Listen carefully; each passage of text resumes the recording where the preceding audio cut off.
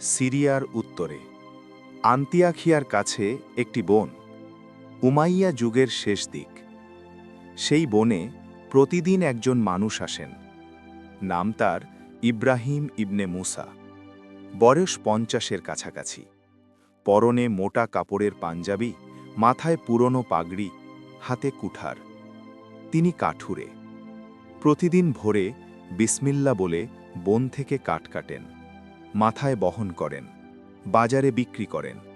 এই তার জীবন ২০ বছর ধরে। গরিব কিন্তু সৎ। স্ত্রী মারিয়াম, মাথায় সাদা হিজাব। বাড়িতে অপেক্ষা করেন, প্রতিদিন দোয়া করেন।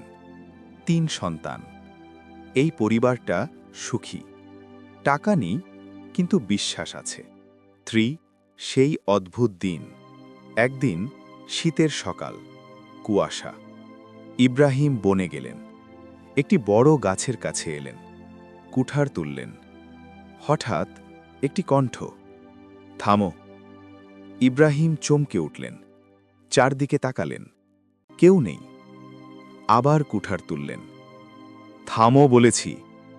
এবার গাছের গোড়া থেকে একটি আকৃতি বের হল, বিশাল, মানুষের মতো, কিন্তু মানুষ নয়, জিন। ইব্রাহিম ভয় পেলেন, কিন্তু পা সরালেন না। মনে মনে পড়লেন, আউযু বিল্লাহি মিনাশ শাইতানির রাজিম। জিন বলল, ভয় পেলে? ইব্রাহিম বললেন, আল্লাহর উপর ভরসা রাখি, তার সাহায্য ছাড়া কিছু হয় না। জিন থামল, তারপর বলল, তুমি প্রতিদিন এই গাছ কাটতে আসো, এই গাছে আমি থাকি। আজ তোমাকে একটা প্রস্তাব দেব, টাকা। জিনের প্রস্তাব। ইব্রাহিম বললেন, কি প্রস্তাব? জিন বলল, তুমি প্রতিদিন অনেক কষ্ট করো, সামান্য কাঠ কাটো, সামান্য পয়সা পাও। আমি তোমাকে ধনী বানাতে পারি। শর্ত একটাই, প্রতি শুক্রবার তুমি এই গাছের কাছে এসো এবং আমাকে একটি পশু বলি দাও, আমার নামে। ইব্রাহিম মুহূর্তের জন্য থামলেন, তারপর বললেন, না। জিন অবাক, না, কেন? ইব্রাহিম বললেন, বলি শুধু আল্লাহর নামে হয়, তোমার নামে নয়। এই শর্তে ধন লাগবে না। জিন একটু রাগ হল, কিন্তু কিছু বলল না।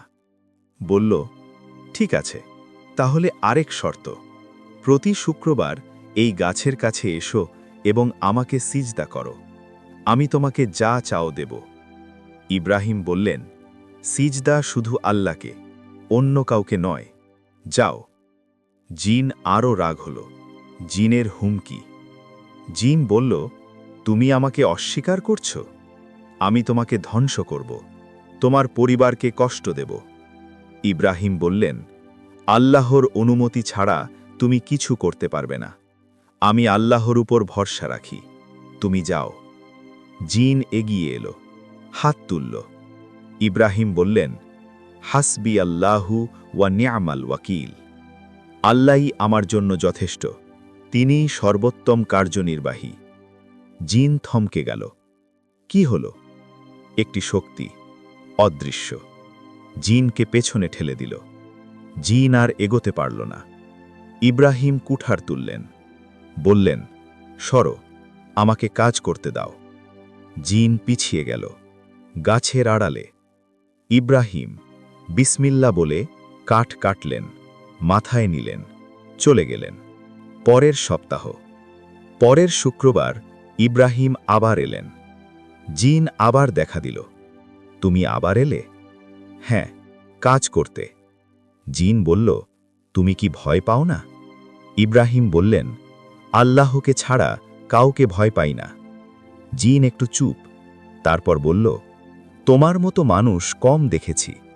আবার প্রস্তাব দিচ্ছি, তোমার ছেলেকে আমাকে দাও, আমি তাকে শক্তি দেব, বিনিময়ে তোমাকে ধন দেব। ইব্রাহিম বললেন, আমার ছেলে আল্লাহুল আমানত, তোমাকে দেব না, যাও। জিন এবার অন্যভাবে চেষ্টা করল, বলল, তুমি কি জানো তোমার বোনের পাশের গ্রামে তোমার প্রতিবেগী আছে? সে কাঠ বিক্রি করে, তোমার চেয়ে বেশি। আমি তাকে সরিয়ে দিতে পারি। ইব্রাহিম বললেন, না, অন্যের রিজকে হাত দেও না, আল্লাহ যাকে যা দিয়েছেন। জিন হাল ছেড়ে দিল। বনের রহস্য প্রকাশ। একদিন বনের পথে একজন বৃদ্ধ মানুষ, নাম শাইখ ইউনুস, বয়স ৭০, সাদা পাঞ্জাবি, লম্বা সাদা দাড়ি, সাদা পাগড়ি। তিনি এই অঞ্চলের পরিচিত আলেম। ইব্রাহিমকে দেখে বললেন, ভাই, তোমাকে অনেক দিন ধরে এই পথে দেখছি, কিন্তু একদিন দেখলাম তুমি কারো সাথে কথা বলছিলে, কিন্তু কাউকে দেখলাম না। ইব্রাহিম পুরো ঘটনা বললেন। শাইখ ইউনুস মনোযোগ দিয়ে শুনলেন। তারপর বললেন, ভাই, তুমি সঠিক কাজ করেছ, কিন্তু সাবধান, জিন বিভিন্ন রূপে আসে, কখনো প্রলোভন দিয়ে, কখনো ভয় দিয়ে, কখনো মিথ্যা দয়া দিয়ে। কিন্তু যে আল্লাহকে আঁকড়ে ধরে, শয়তান এবং জিন তার কিছুই করতে পারে না। রাসূল সাল্লাল্লাহু আলাইহি ওয়াসাল্লাম বলেছেন, শয়তানের চক্রান্ত দুর্বল। তুমি সেই দুর্বলতা দেখে ফেলেছ। ইব্রাহিম বললেন, শাইখজি, কিন্তু জিন কি বনে থাকে? শাইখ বললেন, জিন অনেক জায়গায় থাকে, তারা আল্লাহর সৃষ্টি। কিছু মুমিন, কিছু কাফের, কিছু শয়তানের দলে। যে শয়তানের দলে, সে তোমার ক্ষতি চাইবে, কিন্তু যে আল্লাহকে ভয় করে, তার উপর শয়তানের কোনো ক্ষমতা নেই। ইব্রাহিম বললেন, আমি কি আর সেই বনে যাব? শাইখ বললেন, যাও, কিন্তু আজকার পড়ে যাও।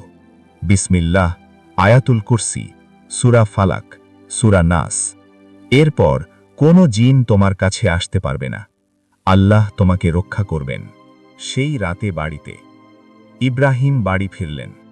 মারিয়াম দরজায়। কি হয়েছে?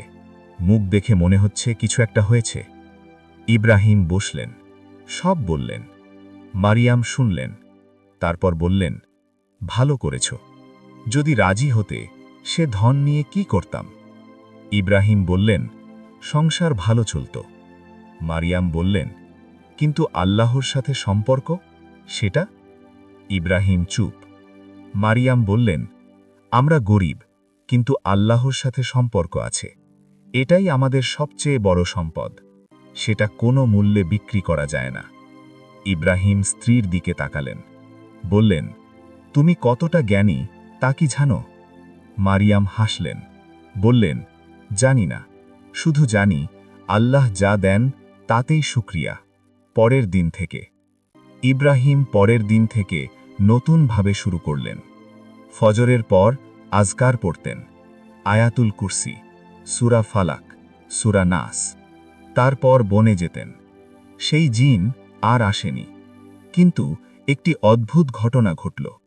সেই গাছটা, যেখানে জিন থাকত, একদিন নিজেই পড়ে গেল। বিশাল গাছ। ইব্রাহিম গেলেন, দেখলেন, গাছের কাঠ অনেক, মাসের পর মাস চলবে। আলহামদুলিল্লাহ বললেন। সেই কাঠ বিক্রি করলেন, অনেক টাকা হলো। ছেলেদের ভালো মাদ্রাসায় দিলেন, একটি ছোট্ট দোকান খুললেন। জীবন বদলে গেল। কিন্তু ইব্রাহিম জানেন, এটা সেই প্রলোভন ছেড়ে দেওয়ার পুরস্কার। শায়েখের সাথে শেষ কথা। কিছুদিন পর শায়েখ ইউনুস আবার এলেন ইব্রাহিমের দোকানে। দেখলেন সংসার ভালো, ছেলেরা পড়ছে। বললেন, কিভাবে হলো? ইব্রাহিম গাছের কথা বললেন। শায়েখ হাসলেন, বললেন, দেখলে, তুমি হারাম পথ ছেড়ে দিলে, আল্লাহ হালাল পথে দিয়ে দিলেন। ইব্রাহিম বললেন, শায়েখজি, সেই জিন কি মুসলমান ছিল? শায়েখ বললেন, না, সে শয়তানের দলের। তারা মানুষকে শিরক করাতে চায়, বিভিন্ন পথে, প্রলোভন, ভয়, মিথ্যা উপকার। কিন্তু যে আল্লাহকে শক্তভাবে ধরে রাখে, তার কাছে তারা ব্যর্থ। আল্লাহ বলেছেন, ইন্না কাইদাশ শাইতানি কানা দাঈফা, শয়তানের চক্রান্ত দুর্বল। ইব্রাহিম মাথা নাড়লেন। শায়েখ বললেন, আরেকটি কথা, জিন দেখলে ভয় পেও না, কিন্তু তাদের সাথে কোনো চুক্তি করো না, কোনো সাহায্য নিও না, কারণ তাদের সাহায্য বিনামূল্যে আসে না। সব সময় আল্লাহর সাথে সম্পর্ক নষ্ট করার শর্তে। ইব্রাহিম বললেন, আমি বুঝেছি। শায়েখ বললেন, প্রতিদিন ঘর থেকে বের হওয়ার সময় এই দোয়া পড়বে, বিসমিল্লাহি তাওয়াক্কালতু আলাল্লাহি লা হাওলা ওয়ালা কুওয়াতা ইল্লা বিল্লাহ। এই দোয়া পড়লে বলা হয়, তোমাকে পথ দেখানো হলো, তোমাকে রক্ষা করা হলো, তোমার থেকে শয়তান দূর হলো। ইব্রাহিম সেই দোয়া মুখস্থ করলেন। শিক্ষা, এই গল্পে 7টি শিক্ষা। প্রথমত, জিন বাস্তব, আল্লাহর সৃষ্টি। কোরআনে সূরা জিন আছে, কিন্তু জিনের সাহায্য নেওয়া, জিনের কাছে সিজদা করা, জিনকে বলি দেওয়া, সব শিরক, সব হারাম। দ্বিতীয়ত, ইব্রাহিম ভয় পেয়েছিলেন, কিন্তু সরেননি। ভয় পাওয়া মানুষের স্বভাব, কিন্তু ভয়ের মধ্যেও আল্লাহকে ধরে রাখা, এটাই ঈমান।